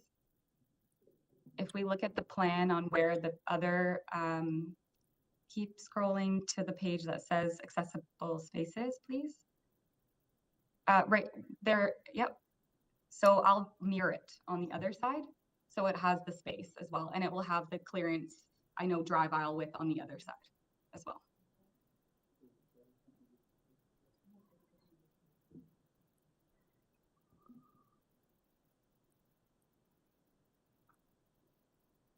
Okay. Any more questions, or are we good for a motion? No, I just want to confirm the planning condition regarding letter of credit. With respect to the landscape plan, are you okay with that? Yep, actually, we've already submitted the LCs electronically. We're just waiting for our bank to send the original copies. Okay, thank you.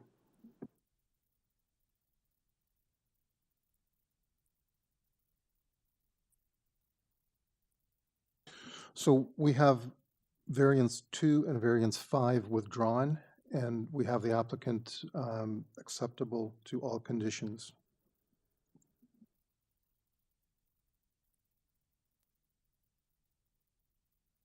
Including, yeah.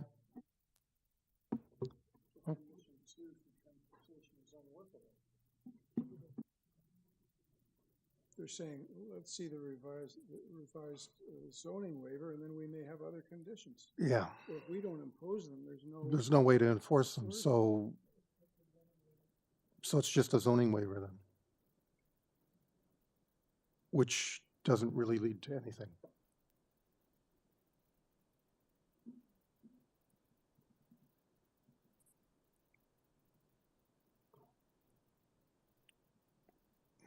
If I could, I'll make one comment, and that's if those 2 variances are being withdrawn and the parking is working as it is currently, and we're not reducing the number of parking spots, where's the problem? Yeah.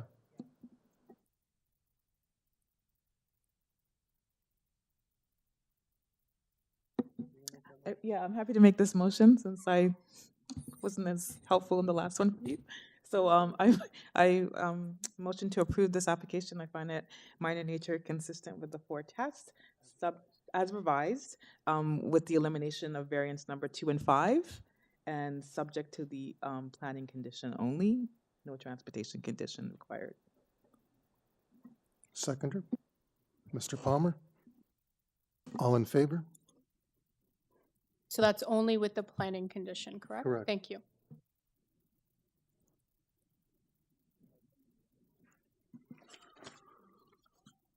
Thank you to the applicant. Okay, item 22.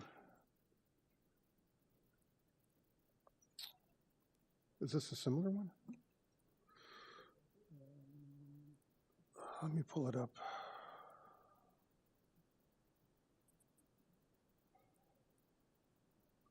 No, okay, this is different. Okay, so sorry, our next item, number 22, which is for 3049 and 3051 Lakeshore Boulevard West. This is an application to maintain the existing medical center on the first floor and the 12 dwelling units also on the first floor. There are a total of 11 variances. We have planning requesting a condition and transportation requesting 3 conditions. And so do we have a speaker? I don't have the list. Yes, Mr. Chair, the speaker is Graham Barrett. They are unmuted now. Okay, Mr. Barrett, welcome. Good afternoon, Mr. Chair, committee members. Graham Barrett, SGL Planning and Design, 1547 Bloor Street West, agent for the owners of 3049 and 3051 Lakeshore Boulevard West. Thank you. Okay, do we need a presentation on this, or? There's no other speakers? That is correct, Mr. Chair. There are no other speakers. So perhaps you can just give us some highlights, and then if the members have any questions. Sure, gladly. I've submitted a planning rationale for this. If that can be put up on screen, it'd be great. I can reference a couple of the images.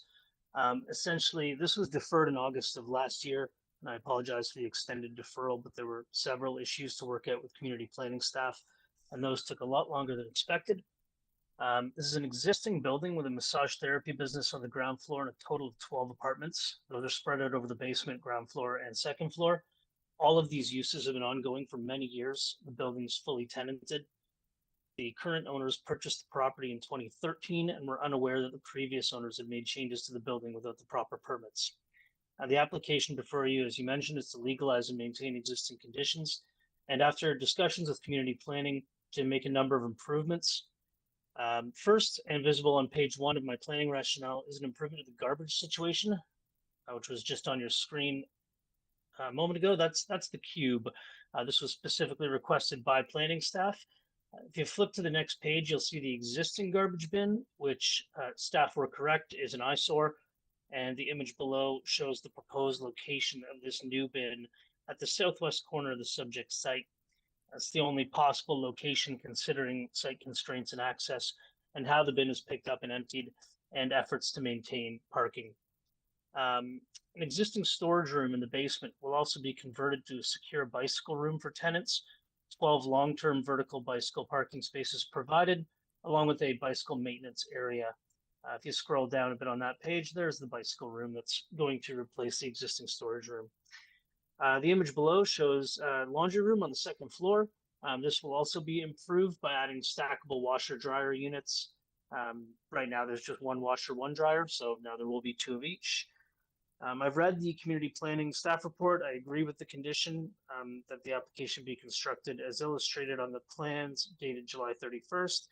That's the date of the plans on the AIC, not on the plans themselves, but that is fine. I've spoken with them and that is acceptable. Also read the transportation staff report, and I note that they have no objections. I've been in touch with them and their conditions are acceptable. There's one that jumps out at me, and that's to submit and obtain approval for payment in lieu of parking application for the non-residential use to the satisfaction of transportation services. I'll get to that in 1 second.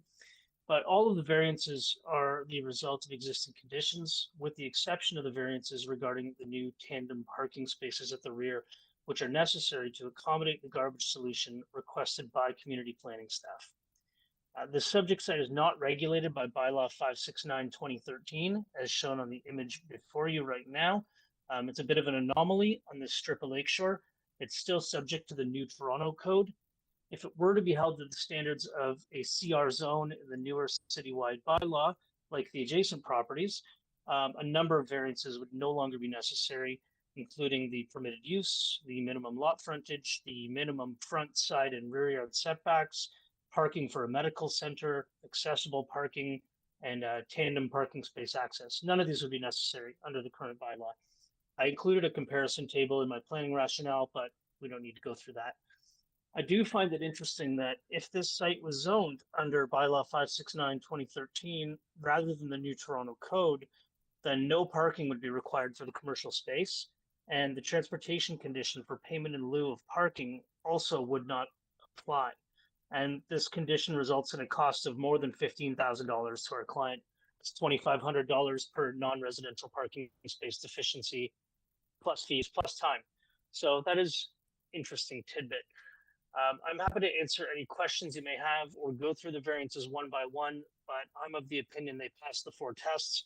This essentially boils down to an application requesting that a long-standing use be permitted to continue, that the people who live and work in this mixed-use building in a mixed-use land designation under the OP be permitted to continue to do so, and that improvements to the building be made. So considering the housing crisis, that's clearly a hot topic, and the improvements secured through collaboration with community planning staff, this application represents good planning, and it's in the public interest with direct and positive impacts for existing and future tenants and the neighborhood as a whole. So thanks very much. Thank you. Any questions for members?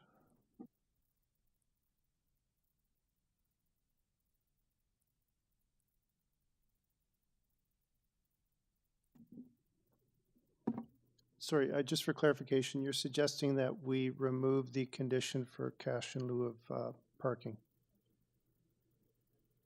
I'm not necessarily suggesting it. I just find it interesting that if this property were zoned like all the adjacent properties, then there would be no minimum parking requirement for the commercial use, and therefore no parking deficiency to base a cash in lieu calculation on. So if it has to be done that way because the property is zoned under the New Toronto Code, then so be it. But it's a fairly hefty price tag.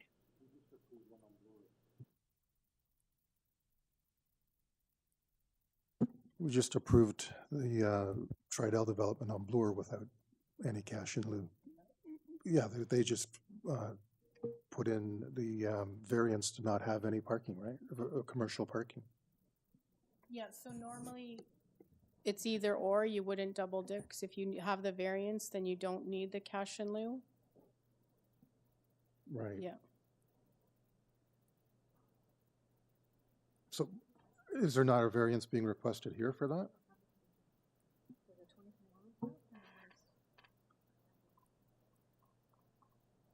Through you, Mr. Chair, there is a variance for parking for the commercial use. 6 spaces required under the New Toronto Code. Right. 0 provided. So that's what they're.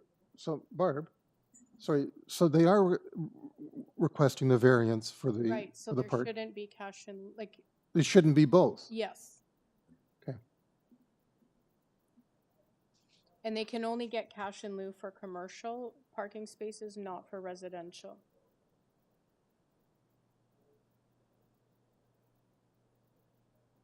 So the applicant, you continue to request the variance rather than cash in lieu, correct?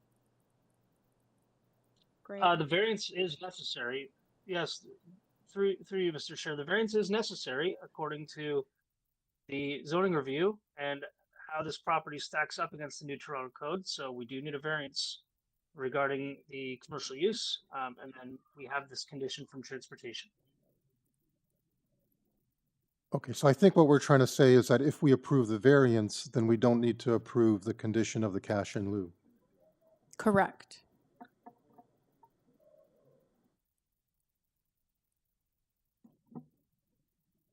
Okay, are we ready for a motion? Since I've been withdrawn from doing that.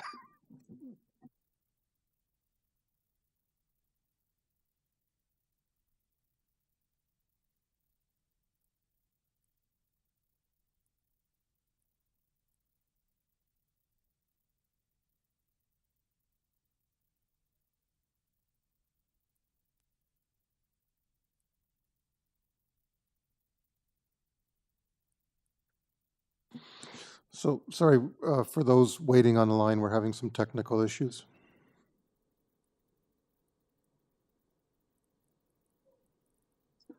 Mr. Chair, members, Neil has officially left the meeting, so we'll have him log back in and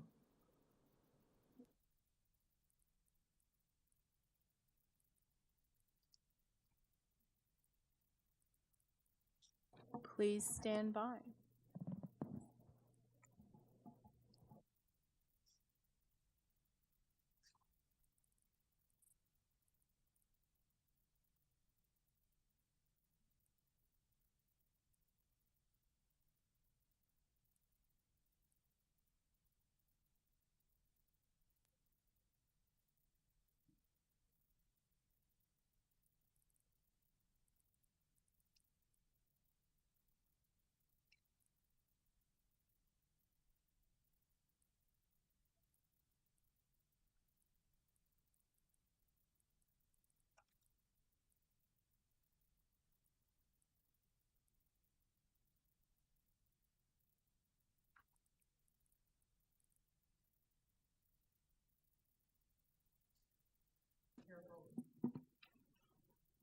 Okay, so are we going to continue then with as a 3-member panel?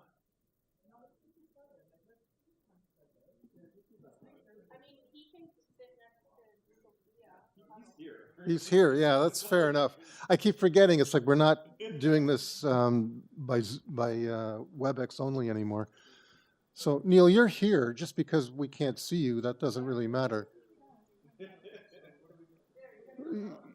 Continue on. We will excuse your computer and just take you in person.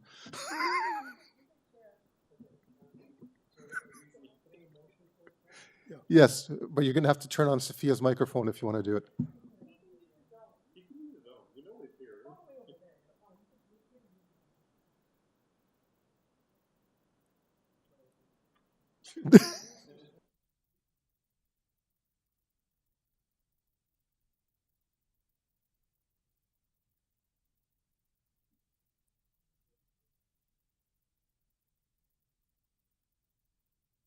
That we don't need to do cash, either we do a variance or cash in lieu, not both.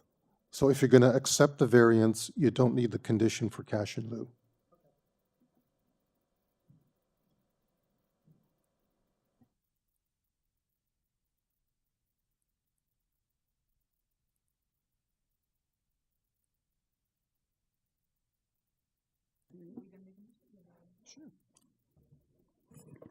Yes, Mr. Chair, I find that the variances meet the four tests under the Planning Act. This is an existing situation. And I move approval subject to the community planning condition and transportation services conditions 2 and 3. Only. Only. Thank you. Seconder for the motion? Ms. Ruddick? All in favor? Okay, unanimously approved. Thank you. So, thank you, Mr. Barrett. So item 23.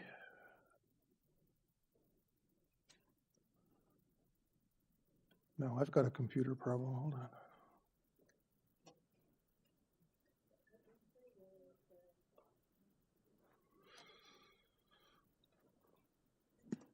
Okay, so item 23 is 80 Ravenscroft Drive. This is an application to construct a new detached dwelling with an attached garage.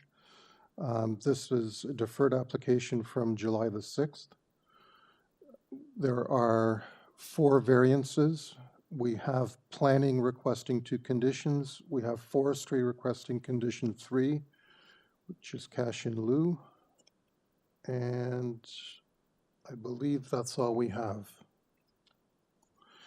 It's Mr. Marian Zabzuni is the agent for the applicant. Is Mr. Zabzuni on the line? Good afternoon. Can you hear me? Good afternoon. Yes, we can. Welcome. Thank you. This is Marian Zabzuni at 1140 the Queensway.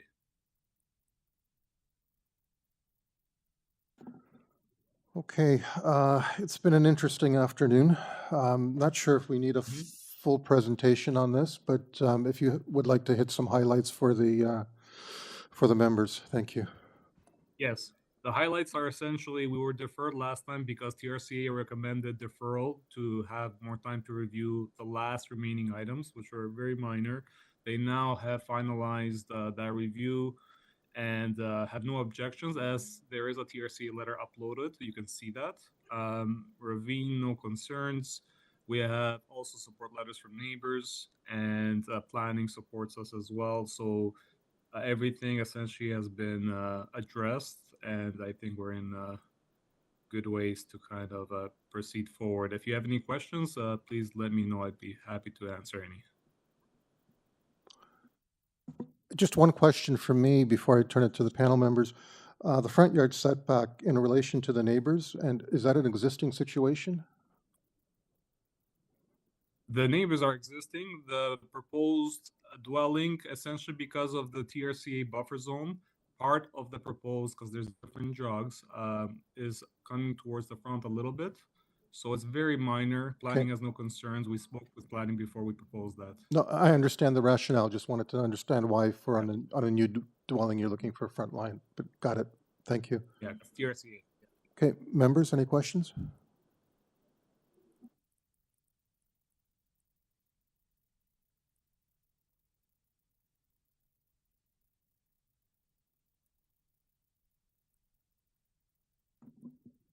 And you're okay with the bird friendly and the night dark sky conditions? Yep, that's fine. Yep.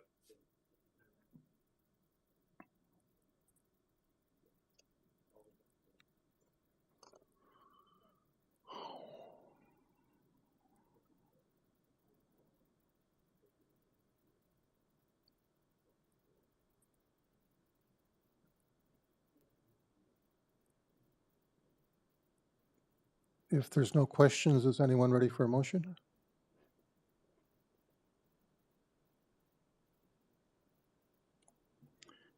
Mr. Chair, I'm satisfied the variances requested meet the four tests under the Planning Act.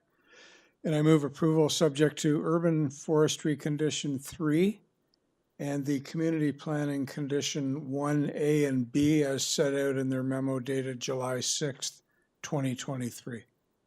Thank you. Mr. Taylor, is there a seconder?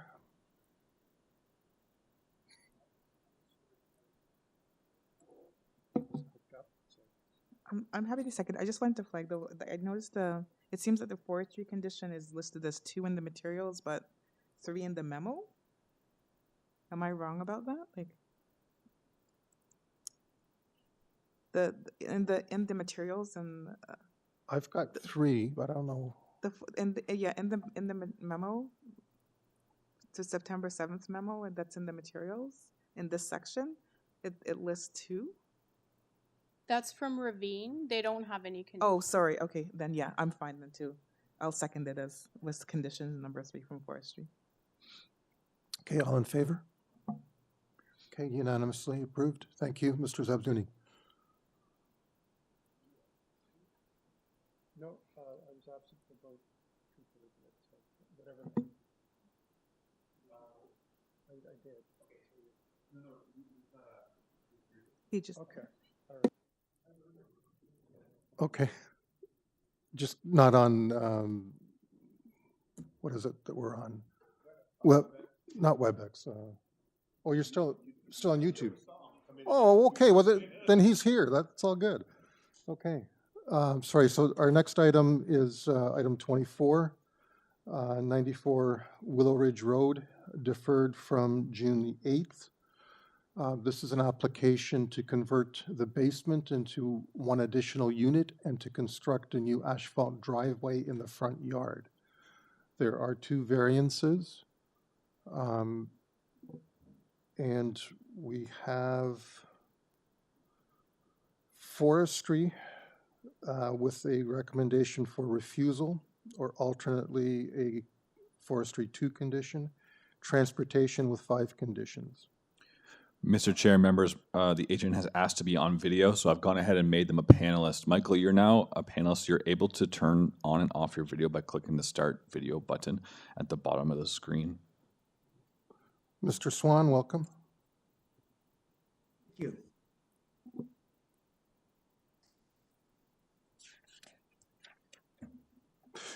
Do we have anyone else, any other speakers posted for this item?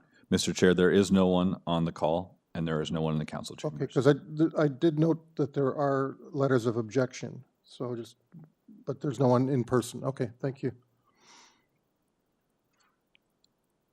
So, Mr. Swan, if you could please give us your name and address to start, and then a brief presentation. Sure. My name is Michael Swan of Homes to Be Design Corporation. I reside at 104 Seton Drive in Aurora, and I represent the owners of 94 Willow Ridge Road.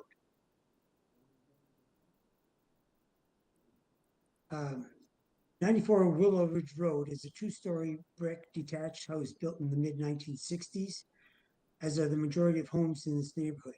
The neighborhood is bordered by 4 major vehicular transportation routes.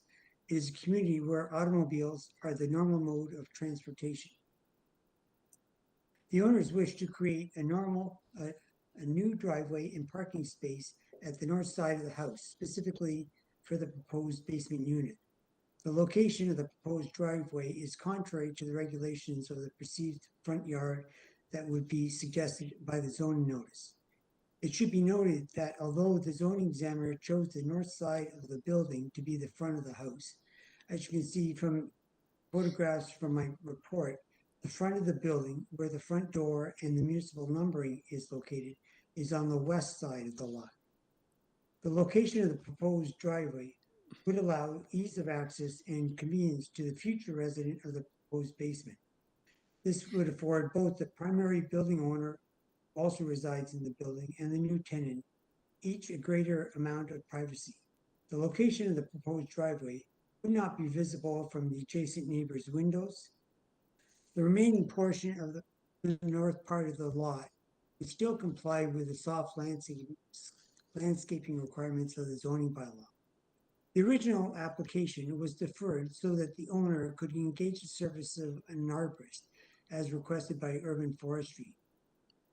The arborist's recommendations were not accepted by urban forestry under the original application to injure a tree. Thus, the owners have made a further application to amend the application to permit to remove the tree. This would be followed by the planting of a replacement tree. Urban Forestry's position has provided the opportunity to redesign and straighten the driveway, which while still providing a minimum 2.0 meters to the fire hydrant as required by transportation services.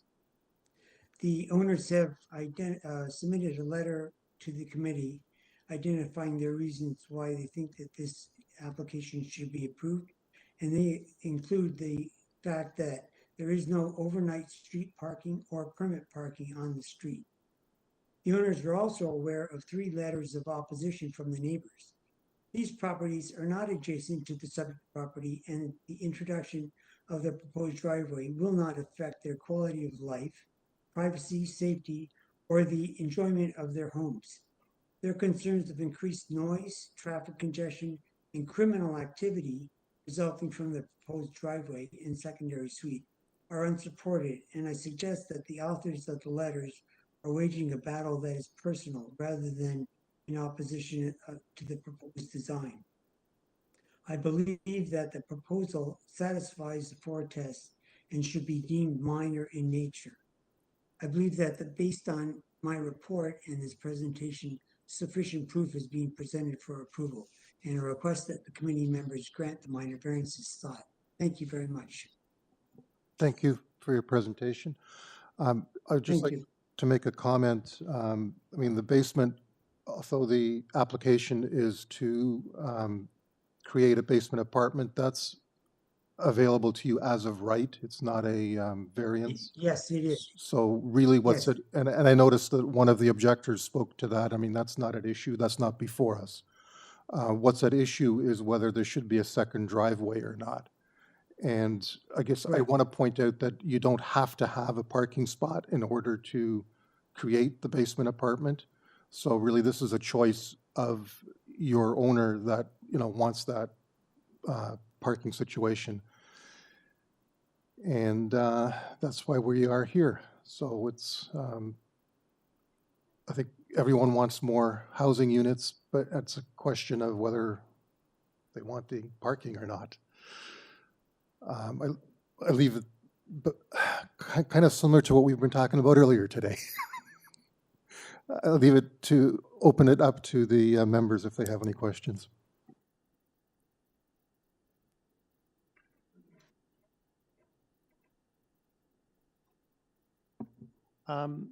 So I just find it interesting that there's not a bylaw requirement that you're only allowed 1 driveway per house. Rather, I guess you'd have 2 or 3 or 4 if you wanted to. And in this instance, the variance is for the parking in the front yard. So he's already addressed the comments from transportation from the previous hearing, which had to do with the distance from the fire hydrant that this proposed driveway would be. So he's addressed that. So yeah, I look at this as he's met the requirements, and it's a technical variance to allow a additional parking for the additional apartment unit. So just a commentary, really. I mean, my general comment, I think, is what I shared at lunch with you guys, is that Etobicoke needs to have some on-street parking, so we're not forced into these situations.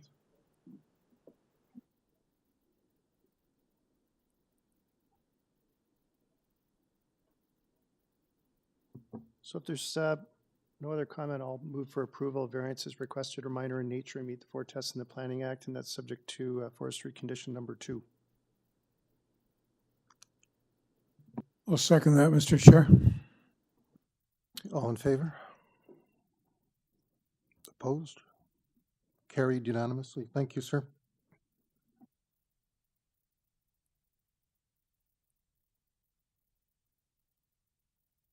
Okay, so we move to item 25, which should be our last item for today. And let me just...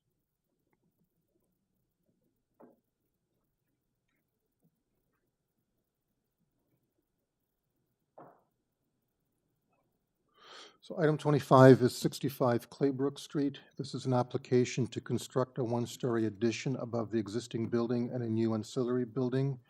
There are a total of 9 variances, and we have no comments from any departments. This was deferred from July 20th. And the speaker is Marco Vieira. Mr. Vieira, welcome. Good afternoon, Mr. Chair, members of the committee. Marco Vieira as the agent. I'm at 257 Dunraven Drive.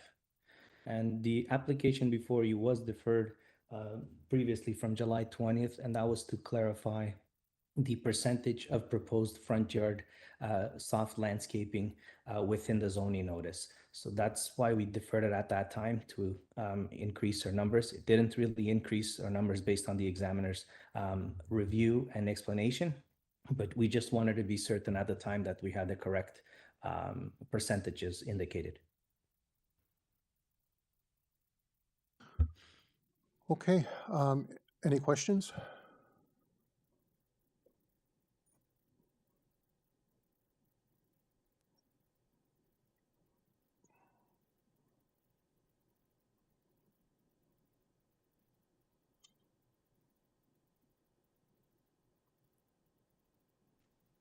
And again, I note that there are no conditions requested by any department on this item. Okay, if there's no comments, variances requested are minor in nature and meet the 4 tests in the Planning Act, so I'll move for approval, no conditions. I'll second. Okay, all in favor? Okay, unanimous approval. Thank you, Mr. Vieira. No conditions. Thank you. Thank you. And I guess just before 4 o'clock, we're looking for a motion to adjourn. Motion to adjourn?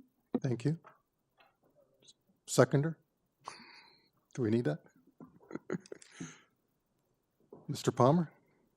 Okay, all in favor? We are adjourned. Thank you.